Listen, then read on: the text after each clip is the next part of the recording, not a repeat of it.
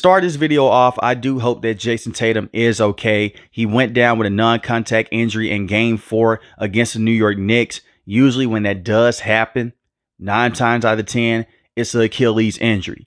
We just saw a similar injury with Dame and a similar motion with Dame with the Milwaukee Bucks when they went against the Indiana Pacers. I really hope that's not the case.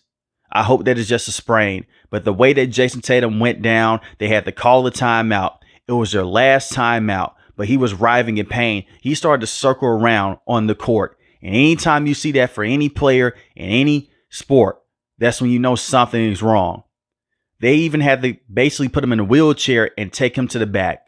That is how bad the injury was. So once again, my thoughts and prayers are with Jayson Tatum and his family. Now, when I look at the game, they couldn't stop Jaylen Brunson at all. Jaylen Brunson was hunting at defenders, whether it was Derek White, Drew Holiday, Jayson Tatum, Jaylen Brown. He was just going at anyone and everyone, getting to the rim on a consistent basis, getting to the mid-range spot. And when I look at Derek White, this was so frustrating if you are a Boston Celtics fan.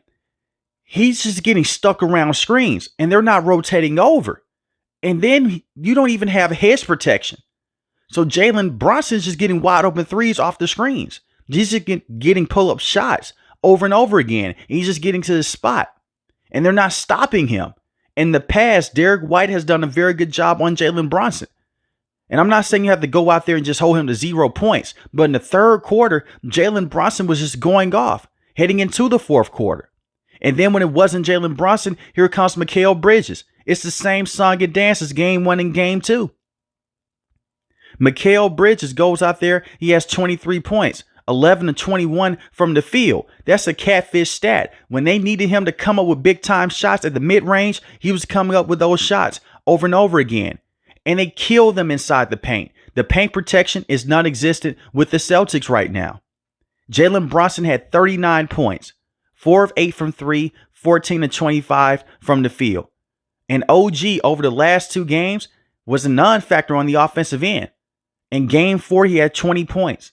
And Karl-Anthony Towns, they were locking him up from 3. He was 0 for 3. But at the same time, 23 points, 11 rebounds. They don't have that post defense with Porzingis dealing with that illness right now. The Boston Celtics have too many things that's not working in their favor. They should have never blew those leads in Game 1 and Game 2. That's why every game matters in the playoffs, and that's why every possession matters. And I really feel bad for Boston Celtics fans. I understand last year they won the championship against the Dallas Mavericks, but this was a key year for the Celtics yet again. You were expecting for Jayson Tatum to take that leap forward with how he got treated in the Olympics by Steve Kerr. Jaylen Brown just won Finals MVP. You're expecting for those 2 guys to go out there and carry this franchise over the hump once again.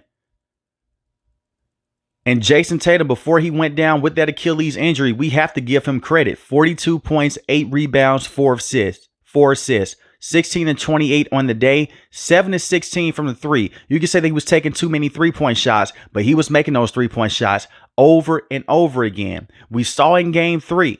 They finally got their 3-point shooting down to the T. In Game 1 and Game 2, they took too many threes and they were missing a lot of threes.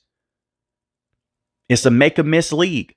Sometimes you're red hot. But the problem that I had in Game 1 and Game 2, you're taking a lot of threes when you're already up by 20 points. You should have never blew those leads, and they did not have a closer to come in and close out those games. So in Game 1, you go into overtime. Jaylen Brunson kills you in the fourth quarter. Kills you in the second half completely with Mikal Bridges and his defense. When I look at what the New York Knicks have done, that's the reason why they brought in OG and Mikal to make life hell on Jaylen Brown and Jayson Tatum. But when Jayson Tatum was able to go out there and step up, he goes down with this injury. Now you're in a situation to where you're depending on Jaylen Brown to step up and be that offensive star alongside Derek White. And I don't have the most confidence in Jaylen Brown being that offensive star. When you look at him in this series against the Knicks, they have his number. The turnovers are up. He's going out there. He's turning the basketball over at a high rate, and he's not shooting well from the field. In Game 1 against the Knicks, he shot 35%. He had 23 points. Game 2, he had 20 points. He shot 34% from the field. Game 3, 19 points. He shot 39% from the field. In game 4, 20 points, 44% from the field, but 25% from three, and he was forcing a three-point shot. Jaylen Brown has not stepped up in this series, and they need him to moving forward. There's still a chance that you can come back from a 3-1, but it's going to be tough. The New York Knicks, they have the momentum. And even if you do have them down by 15 or 20 points, they came back in back-to-back games against you on the road at your house. So they never feel like they're out of a game. They'll go out there and they'll gel well together. When you look at the offensive adjustments that Coach Tibbs is making with the New York Knicks, from getting the basketball out of the hands of Jalen Brunson and getting it down to Josh Hart, running lob passes to Mitchell Robinson and with Karl-Anthony Towns, I don't see the same intensity. I don't see the same effort with the Boston Celtics that they had from last year. And when they went against the Dallas Mavericks, they didn't shoot well from the field, but their defense took them over the top. Their defense is broken right now. Jalen Brunson is getting whatever he wants, and if it's not Jalen Brunson, it's someone else. Usually in the past, when we look at Cat as a big man, you'll say that he's a soft defender. That's not the case in this series, and they can't take advantage of those matchups because the fact that Porzingis can't play heavy minutes due to that illness. Porzingis was a key last year, especially in the regular season coming down the stretch in terms of being that playmaking, stretching big, to being able to go out there and help on weak side defense, being a rim protector. Porzingis just can't finish at the rim on a consistent rate right now. He's not taking those three-point shots at a high volume. And you can't run him in pick and roll situations due to the fact that he's getting fatigued very early in the game. And I don't blame this on Porzingis. He's just dealt with terrible luck in his career with injuries and now with this illness. But I look at Derek White. He had a solid game tonight against the Knicks. I'm not going to come on here and kill him on the offensive end because he had 23 points, but his defense was non-existent. Al Horford, his age is finally starting to show. He is an older player. In the past, he was great in the post with that post defense and getting rebounds. You can run certain offensive sets through Al Horford. When they try to do that now, it's just basically get the basketball out of his hands. You have to run your offensive sets through Jason Tatum, Jaylen Brown, and Derek White. So a lot of the things that the Celtics were excellent at last year, they just can't work in this year. And it just seems like this year is just not their year. At least they won a championship last year with Jason Tatum and Jaylen Brown.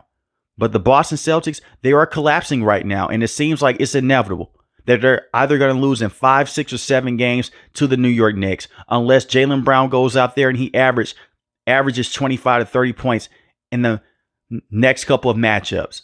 But they're going to need more production out of him and from Peyton Pritchard. And it's hard to put Peyton Pritchard on the floor for consistent minutes due to the fact that his defense is non-existent as well.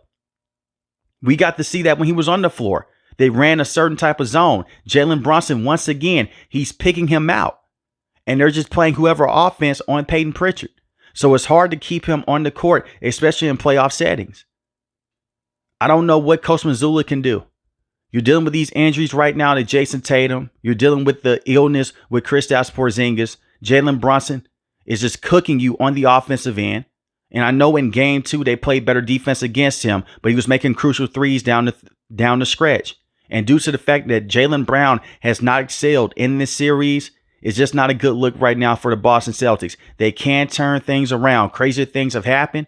But once again, I wish nothing but the best for Jason Tatum moving forward. And hopefully this is not a serious injury. But let me know in the comment section below, how do you feel about the Boston Celtics? If you're new to the channel, hit the subscribe button. If you like the video, hit the like button. Most importantly, want each and every last one of you guys stay safe, stay positive. Thanks for the video, guys. God bless. Peace.